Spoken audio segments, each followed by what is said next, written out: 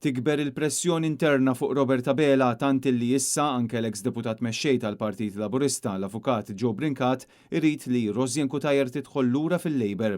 Dan hekk kif huma qabilx mal-mod kif ġiet trattata mill-Prim Ministru għal skont Brincat minkejja li ma nstab xejn fuqha u ma kisret l-ebda liġi, il-partit ta' Abela baqa' stinat u żamma barra mill-grupp parlamentari. F'opinjoni li kiteb fil-Gazzetta t-Torċa ta' nhar il-Ħadd li għadda, Joe Brincat kritika l-manuvri tal-Partit Laburista fil-konfront ta' Rossien Kutajer illi llum hija deputat parlamentari indipendenti. Insista li l-partit ta' Robert Abela ma stenniex l-eżitu tal-investigazzjoni mid-Dipartiment tat-Taxxa. L-ex deputy leader Laburista tenna li l-ewwel żball li sar kien illi tal-anqas kellha l-ewwel tiġi sospiża, imbagħad il-partit jimxi skont l-eżitu ta' dik l-investigazzjoni.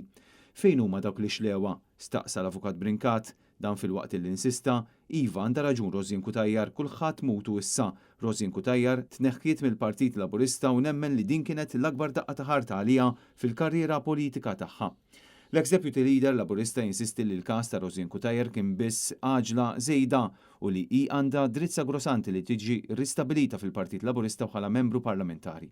U jfakkar li Rossien Kutajer telet bil-voti tal-Laburisti u li dawn għandhom dritt li tkompli tirrappreżenthom. Il-pressjoni biex Robert Abela jagħmel U-turn fil-konfront ta' Rossien Kutajer ilha tinħassal diversi ġranet, tant li fl-aħħar jiem anke Manuel Kuxkieri daħal fix-xena u weddet lill-midja Laburista illi sejħu passi jekk sa nhar il-ġimgħa ma jxandrux l-aħbar dwar dak li għaddit minnu.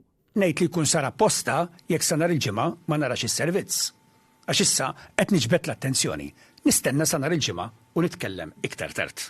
Dawn l-iżviluppi kollha għanqlu wkoll baraxx ta' reazzjonijiet fuq il-midja soċjali fejn diversi partitarji Laburisti qed jgħidu li Robert Abela mhux jagħti każ dak li qed jgħidu u mhux iħoss il-polz tal-Laburisti ġenwini.